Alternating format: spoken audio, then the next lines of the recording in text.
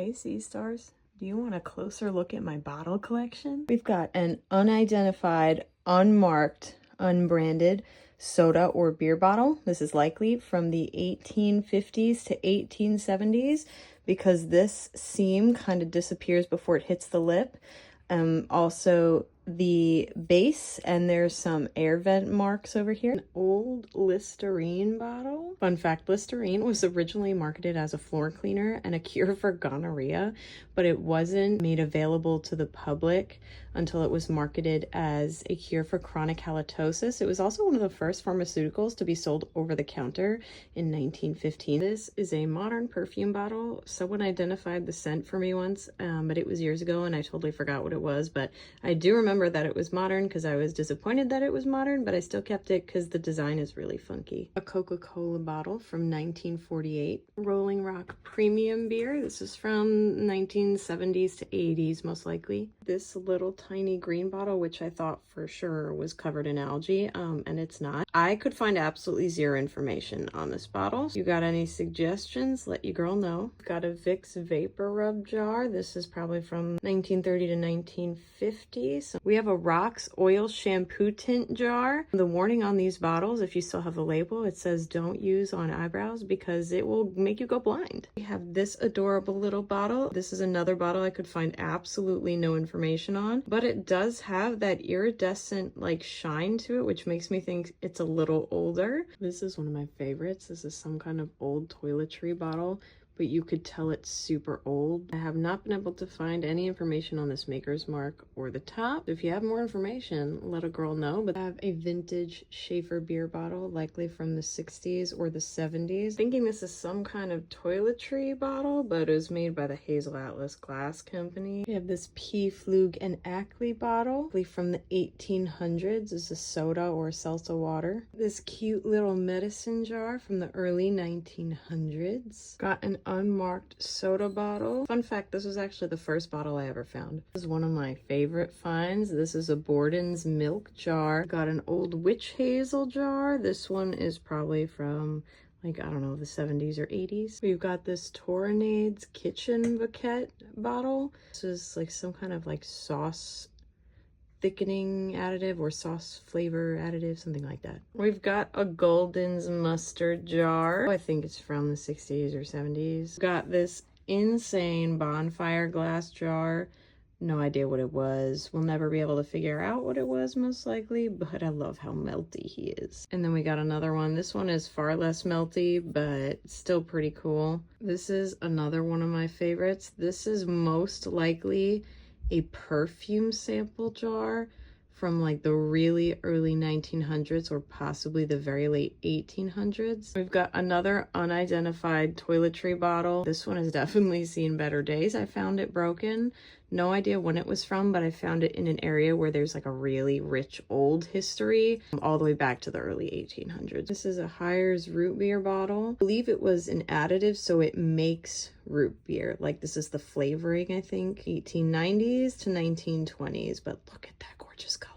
Oh my God. We have an Alma polish bottle. This was actually shoe polish. This is from 1890s, maybe early 1900s, but I like to tell myself 1890s. We have a Mellon's Food Co. bottle.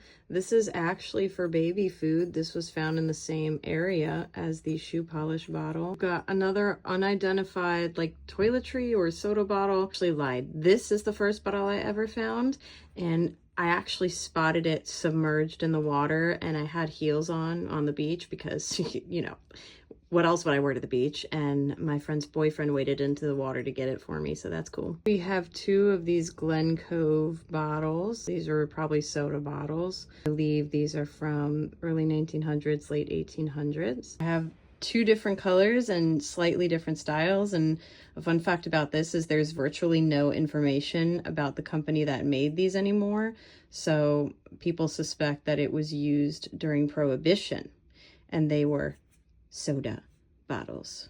Another Coca-Cola bottle, but this one's super frosty, and because it's so frosty the little date indicator is actually worn off, but because it's totally embossed, I'm thinking 50s, 60s. I have a Sessler's soda bottle that definitely has seen better days. It has a massive crack and the top is totally gone, but I couldn't leave it. We have a vintage log cabin syrup bottle. We have a vintage Pepsi Cola bottle, 70s or the 80s, but I don't completely remember, to be honest. Another Coca-Cola bottle from 66. A White Rock soda bottle, I think from like the 60s or 70s. We have this unidentifiable soda bottle. It probably had a label here and the label came off, so I'm thinking it's older, like 80s, 70s, maybe.